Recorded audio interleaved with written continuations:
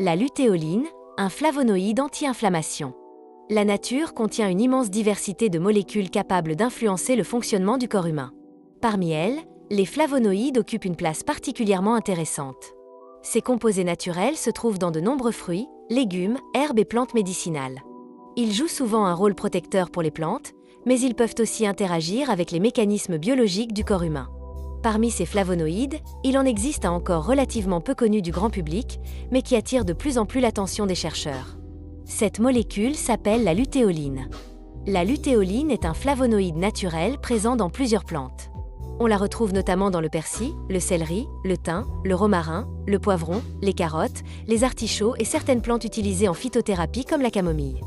Avant de comprendre ses effets dans le corps humain, il est intéressant de comprendre pourquoi les plantes produisent ce type de molécules. Les flavonoïdes sont fabriqués par les plantes comme un système de protection. Ils les aident à se défendre contre les rayons ultraviolets du soleil, contre certaines bactéries et certains champignons, mais aussi contre les agressions de leur environnement. Ces molécules jouent également un rôle dans la couleur des plantes et dans leur adaptation à leur milieu. Autrement dit, ces composés font partie du système de survie du monde végétal. Lorsque les humains consomment des plantes riches en flavonoïdes, ces molécules peuvent interagir avec différents mécanismes biologiques. La lutéoline appartient à une sous-famille des flavonoïdes appelée les flavones. Sa structure chimique particulière lui permet d'interagir avec plusieurs voies de signalisation dans le corps, notamment celles liées à l'inflammation et au stress oxydatif. Pour comprendre pourquoi la lutéoline intéresse les scientifiques, il faut d'abord comprendre ce qu'est l'inflammation. L'inflammation est un mécanisme normal du corps. Lorsqu'une infection apparaît ou lorsqu'un tissu est endommagé, le système immunitaire déclenche une réponse inflammatoire.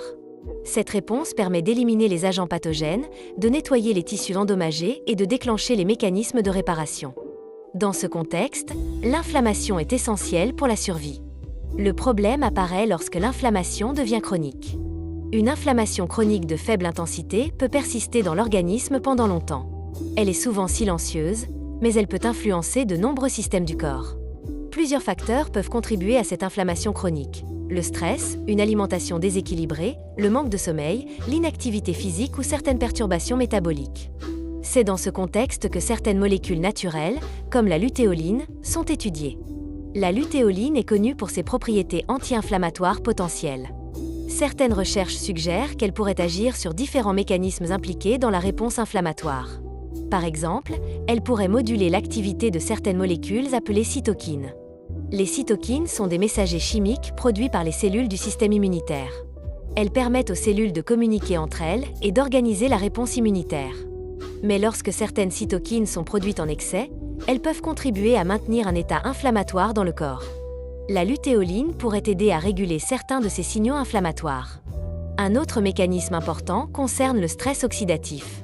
Le stress oxydatif correspond à un déséquilibre entre la production de radicaux libres et la capacité du corps à les neutraliser. Les radicaux libres sont des molécules très réactives produites naturellement par le métabolisme. En trop grande quantité, elles peuvent endommager les membranes cellulaires, les protéines et même l'ADN. Le corps possède des systèmes antioxydants pour contrôler ces molécules. Mais lorsque la production de radicaux libres devient trop importante, des dommages cellulaires peuvent apparaître. Les flavonoïdes, dont la lutéoline, sont étudiés pour leurs propriétés antioxydantes. Grâce à sa structure chimique, la lutéoline peut interagir avec certaines espèces réactives de l'oxygène et contribuer à limiter certains dommages oxydatifs. Mais l'intérêt de la lutéoline ne se limite pas à l'inflammation et au stress oxydatif. Certains chercheurs s'intéressent également à ses effets potentiels sur le cerveau. Le cerveau est particulièrement sensible au stress oxydatif et à l'inflammation. Il consomme une grande quantité d'oxygène et ses membranes cellulaires contiennent beaucoup de lipides, ce qui peut le rendre plus vulnérable aux dommages oxydatifs. Certaines recherches explorent donc l'idée que certains flavonoïdes pourraient soutenir certains mécanismes de protection des cellules nerveuses. La lutéoline est étudiée dans ce contexte pour ses interactions possibles avec certaines voies de signalisation impliquées dans l'inflammation et le stress cellulaire. Prenons un exemple simple dans l'alimentation quotidienne. Lorsque tu consommes des légumes comme le céleri, le persil ou les poivrons, tu apportes naturellement au corps différents flavonoïdes, dont la lutéoline. Ces molécules font partie d'un ensemble plus large de composés présents dans les plantes. Les fibres nourrissent le microbiote intestinal. Les vitamines soutiennent les réactions métaboliques. Les minéraux participent aux réactions enzymatiques. Les polyphénols contribuent à moduler certains mécanismes cellulaires. Les effets proviennent donc de l'ensemble de ces interactions. C'est aussi pour cette raison que les régimes riches en fruits, légumes, herbes et plantes sont souvent associés à une meilleure santé globale. Ils apportent une grande diversité de composés bioactifs qui soutiennent les mécanismes naturels du corps. Un autre aspect intéressant concerne le microbiote intestinal. Certaines bactéries du microbiote peuvent transformer les flavonoïdes et modifier leur biodisponibilité. Cela peut influencer la manière dont ces molécules sont absorbées et utilisées par l'organisme.